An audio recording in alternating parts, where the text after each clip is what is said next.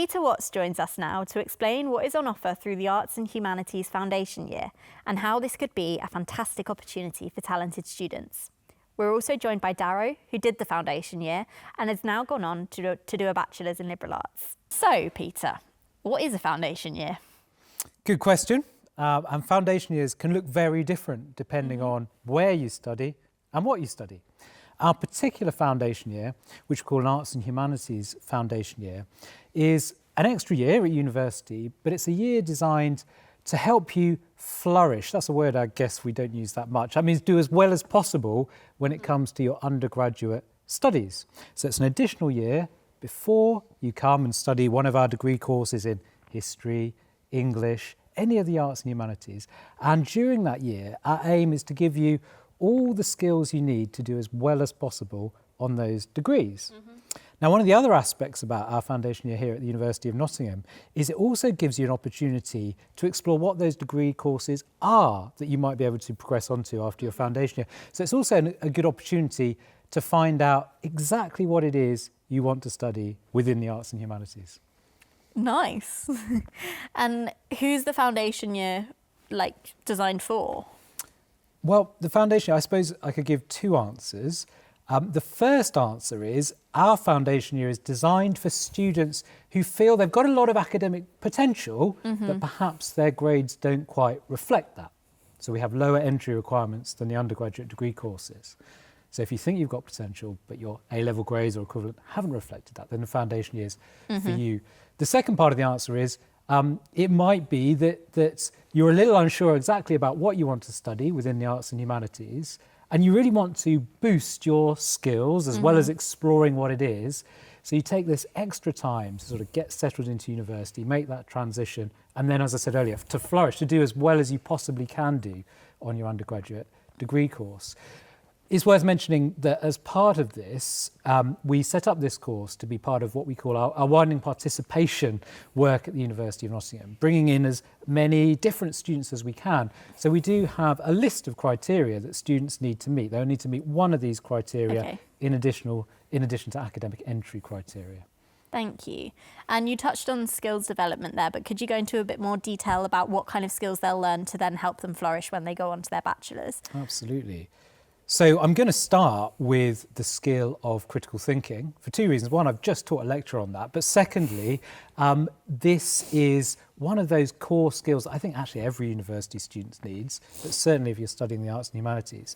So this is the ability to examine ideas, examine evidence, and say, what do I make of that? And is that a good idea and why? And to come up with your own ideas, to make your own arguments. And so we're giving you the skill to do that, which actually you can probably see applies in all sorts of things, not just at university, but also in life beyond that. So critical thinking will be a key part of that. In terms of practical skills, we develop your ability to write essays. Essays are an important part of our arts and humanities degrees, and to complete other assessment type work. So we're giving you that kind of grounding in skills. And we're also giving you some skills in general communication. So we think this is a really key thing, not just understanding things, but being able to communicate with others. And again, useful not just for your degree programme, but for things beyond that as well. And we do all that through looking at the kinds of subjects that will come up in the different degree courses. So we might look at language, we might look at culture, narrative, creativity, these ideas. So you're building your skills while also studying some really important ideas. Great. So once the student has finished your year and learnt all of these skills and are ready to flourish, how does that progression work into the degree course that they choose? So on successful completion of the foundation year, past foundation year, students choose which degree within the Faculty of Arts at the University of Nottingham that they want to progress onto. And during the year, we guide students, we help them explore all of those subjects and degree courses so that they can choose one that really works for them, fits for them. There are a few restrictions. So, for example, in certain languages, we need the students to come into university, even into the foundation year, with that language to progress. So there are a few restrictions, but we do guide students through that, and that information is available via the prospectus. Brilliant, thank you. And you talked about the widening participation side of the course. So I wanted to ask what kind of support is available for students while they're completing their foundation year. a really important part is the personal tutor. Mm-hmm.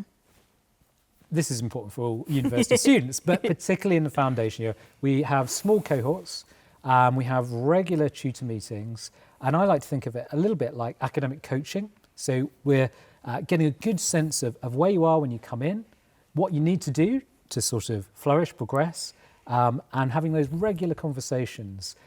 The other advantage of being a small cohort is we do get to know our students really well. Yeah. So we can have those ongoing conversations, as well as pointing students in the right direction for additional support as well. Brilliant. And how does clearing affect the entry requirements for the foundation course? Well, you probably know that in some years we drop our entry requirements for undergraduate degree courses during clearing. Mm-hmm. And the way that would work is that if you'd applied for our BA Arts and Humanities with foundation year, and then you exceed the grades we offer you, and then meet the grades that we're offering for those undergraduate courses during clearing, we would offer you the undergraduate course instead. And then it's up to you as the applicant to decide. We're not saying, because you've done better than expected, or because we've lowered our grades for undergraduate study, you have to now do the undergraduate degree course. We're giving you the option, because those grade requirements have changed in clearing. And some students opt to stay on the foundation year. They want that preparation. Others choose to go straight onto the undergraduate course instead. Equally, sometimes it works the other way around. So a student may have applied for one of our undergraduate courses, but missed the entry requirements, and we might offer foundation year instead if that is appropriate. Great, thank you. So there's lots of options, basically. Lots of options. Yeah. If you want to come to Nottingham, there are lots of options. Flexibility and options. Yeah. Great. So I'm going to move on to you now, Daro. So I did liberal arts. You do liberal arts. I do. But you also did the foundation year beforehand. So drawing on your experiences from the foundation year, why did you choose to go on to liberal arts? Well, I think it prepared me well because it's also quite interdisciplinary, like liberal arts is. Mm-hmm. So it prepared me well for that. I wasn't sure what I wanted to do going into university, which is why I took the foundation year. It allowed me to take a year, but remain in education, not take a gap year. I didn't want to take a gap year. So I took liberal arts essentially because it allowed me to be in control of what I was studying. Mm-hmm. And that is exactly what has happened. Yeah, perfect. That was pretty much the reasons that I chose it too. So going back a couple of years now, what was it that made you decide to study at Nottingham specifically? Well, I'm from London, which is quite loud and busy all the time, and I thought that Nottingham would be a different alternative to that. It's a city, but it's a smaller city, small population, so I thought, taking those things into consideration, it was the city for me. And having two universities, I had friends that were going to the other university, so I thought, it would be a good opportunity for me. Also a fresh start, which is what it has been. And was there something that appealed to you specifically about the foundation year course that made you choose Nottingham? Absolutely, it allowed me to remain in education without going into an undergraduate degree immediately, which is what I wanted. How has the foundation year prepared you for your first year in your undergraduate degree, and how are you finding it? Well, I just finished my first year and I think it prepared me well. As Peter said, we were doing essays all the time and I chose politics and philosophy modules, so you can imagine I was prepared because of the foundation year. So yeah, I almost knew I was going to pick those sort of subjects, like essay-based. So the foundation year did help a lot with that. I also had friends who had done the foundation year, and it really felt like they kind of were like the oracle in our cohort. They knew what they were talking about already, and all those academic skills that you don't necessarily learn at A-level. So it was really, as a peer, it was useful to have those people around as well. What did you enjoy most about the foundation year when you were doing it? Well, there wasn't that many people in the class, about 30 or something around that. So you got to know everyone quite well, and I've made some good friends, one of whom I live with now. So the people were good because they were sort of from your background, similar backgrounds, and we're all in the same boat. Some people were doing the foundation year for different reasons. I had my reasons, they had their reasons, but we all had a reason. So we were able to almost get along on that. And yeah, because of the small seminars as well, which were even smaller than the lectures, we all, a lot of group work as well. So we were had some tough situations together, had to make decisions, but doing them together just did make it easier. And how did you find accessing the kind of academic support that Peter was talking about? Well, Peter was my personal tutor and he was always available, sending emails constantly, come to my office. And I did go and we would have good conversations, which did help me in my university journey, no doubt. Brilliant. Thank you both so much. You can find out more about the foundation year in Arts and Humanities and Liberal Arts on the website.